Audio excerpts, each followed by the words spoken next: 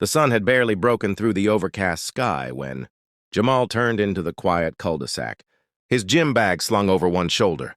The neighborhood looked like every suburban street he had ever passed. Tidy lawns, two-story homes with pastel shutters, and the faint smell of fresh coffee drifting from open windows. But Jamal wasn't here to admire the scenery. He was here to help his aunt move out of a place she never felt welcome. He had just stepped out of his car when a voice barked across the street. "Hey, you don't belong here!" Jamal turned. An older man in a light blue shirt and khaki pants stood stiffly near the sidewalk, a holstered gun at his hip. His short gray hair and stern glasses made him look like some kind of officer. But there was no badge, just a clipped, self-important voice and a hard stare. Jamal adjusted his bag, forcing a calm smile. "I'm visiting family. My aunt lives right there." He gestured toward the brick house at the corner, the one with her familiar red SUV in the driveway, but the man didn't soften. His hand went to his belt. "This is a private neighborhood. I'm with the HOA security. Show me some ID." For a split second, Jamal thought it was a joke. HOA security? Since when did homeowners associations hand out guns and uniforms? His military-trained instincts picked up on something else, too. The man's stance. Aggressive, shaky, and far from professional. Jamal had seen real officers handle tense moments, and this wasn't it. "Sir," Jamal said slowly, "I don't think you want to do this." "I'm not causing trouble." The man's face tightened. He pulled the black handgun from his holster and aimed it straight at Jamal's chest. The world seemed to shrink into silence. A bird chirped in the distance. A lawnmower buzzed faintly 2 houses down. But between them, nothing but the sharp line of fear and control. "Hands where I can see them," the man snapped, his voice cracking just slightly. Jamal raised his hands, the gym bag sliding to the pavement. Inside, folded neatly between extra clothes and water bottles, were tools of a life most people never guessed he lived. Tactical gear, a concealed weapon of his own, and identification proving he wasn't just another civilian. Jamal was Special Forces, highly trained, highly capable, and fully armed. But he didn't reach for any of it, not yet. "All right," Jamal said evenly.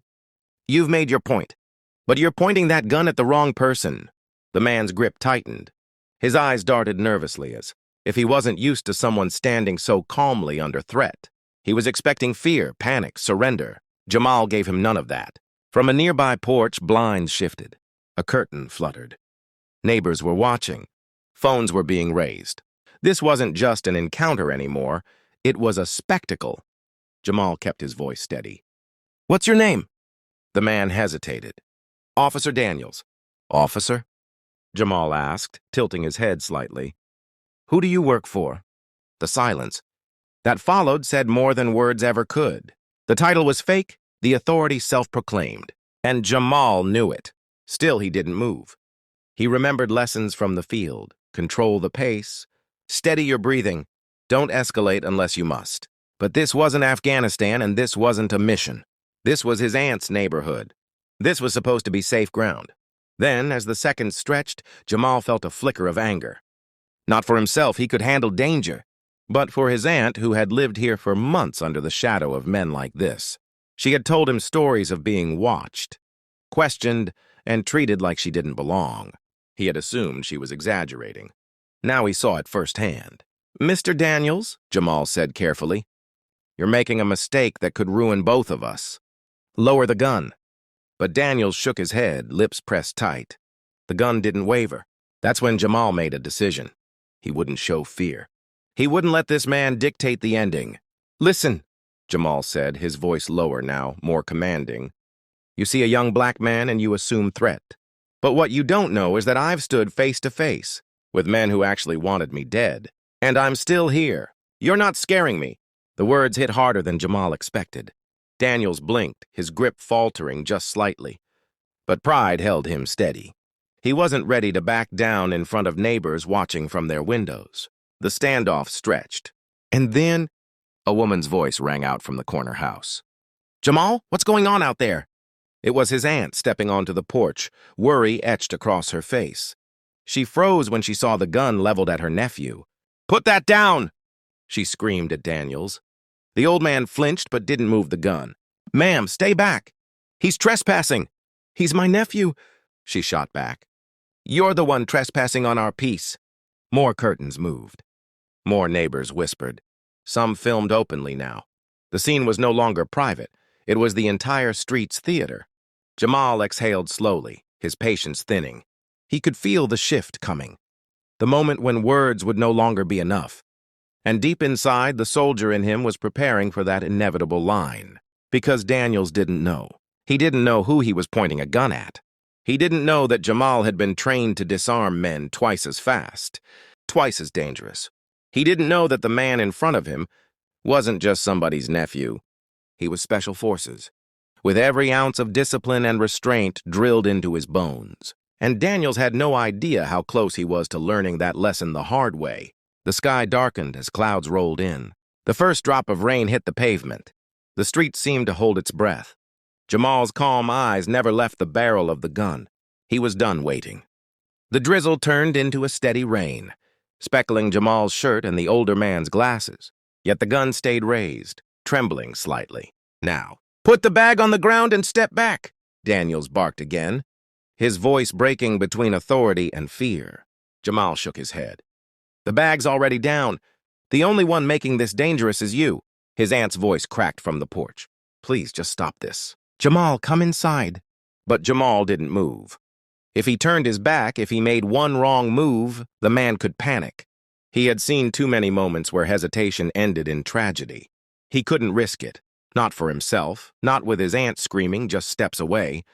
The neighbors' whispers grew louder. Someone shouted, "Put the gun down, man!" Another yelled, "This is being recorded!" Daniel's face reddened. He was trapped. He had drawn the weapon too fast, too recklessly. To lower it now meant humiliation in front of the people he wanted to impress. But keeping it up meant escalating against a man who hadn't made a single aggressive move. Jamal saw it all. He read the hesitation, the desperation, and that's when his training took over. In one smooth motion, Jamal shifted his weight, stepped forward, and angled his body away from the gun's barrel. His hand snapped up, twisting Daniel's wrist with precision. The weapon clattered to the wet pavement. Gasps echoed from the houses. Daniels stumbled back, clutching his wrist in shock. He had no time to react before Jamal stepped between him and the weapon, placing his boot firmly over it. Jamal's voice was calm, steady, but carried the weight of command. It's over. Walk away. Daniel's eyes widened. For the first time, he truly looked at the man standing before him. Jamal's stance wasn't random, it was disciplined. His movements weren't lucky, they were trained. And in that instant, Daniels understood. This wasn't some kid to push around. He had just pulled a gun on a soldier. The rain poured harder, drumming against the asphalt. Jamal bent, picked up the weapon, and slid it safely aside, far from both of them. "Do you know what you almost did?" Jamal asked, his voice low, carrying more weight than shouting ever could. "You almost turned a quiet morning into a headline. You almost put yourself in a cage for the rest of your life. And for what? Because you saw me as danger before you saw me as human?" Daniels had no reply. He stood soaked and small, stripped of the authority he pretended to hold. Jamal's aunt hurried down the steps, clutching his arm. Tears streaked her face, mixing with the rain. "I told you," she whispered. "I told you they treat us like this here." Jamal looked at her, then back at Daniels, then at the neighbors still recording. He felt the heat of anger, but also the cold weight of responsibility. He could have fought harder. He could have humiliated the man. But what would that prove? Instead, Jamal stepped closer, his voice cutting through the storm. "You want to play cop? Learn what it really means. Protect, don't provoke. Serve, don't scare. Authority isn't about the gun on your hip, it's about the choices you make when no one else is watching. Today you made the wrong choice." Daniel's mouth opened, then shut. The fight had drained from him. He turned slowly and walked away, shoulders slumped, disappearing down the street as whispers followed him like shadows. Jamal exhaled, tension finally loosening in his chest. He glanced at his aunt, who still clung to him, trembling. He wrapped an arm around her shoulders. "It's all right now. He's done." But deep inside, Jamal knew it wasn't just about one man. It was about all the quiet streets, where peace could shatter in a second because of fear, ignorance, and pride.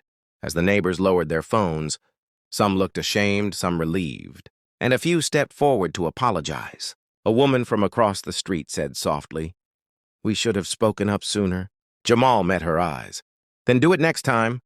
Don't wait until someone has a gun in their hand. The storm began to pass, the rain easing into mist. Jamal and his aunt walked back toward her house side by side. He carried the weight of what had happened, but he also carried something stronger, the decision not to let it define him. The lesson. That morning was a reminder of how quickly fear can disguise itself as authority and how dangerous it becomes when left unchecked. Daniels didn't see Jamal for who he was, a soldier, a protector, a man with discipline. He only saw what he expected to see, and yet restraint triumphed over rage. Calm defeated chaos. Jamal didn't prove himself with force. He proved himself with control. The real lesson wasn't about who was armed or who was stronger. It was about perception, dignity, and the power of not letting someone else's fear dictate your fate. Call to action. Stories like Jamal's happen in real neighborhoods every day, often without cameras, often without witnesses, and too often with tragic endings. If you're watching this, don't let it be just another story you scroll past. Speak up when you see injustice. Challenge false authority. Learn the difference between protecting and provoking. And most of all, remember that respect can de-escalate what fear escalates. If this story moved you, share it. Talk about it. Use it as a reminder that strength isn't in the weapon you carry. It's in the choices you make.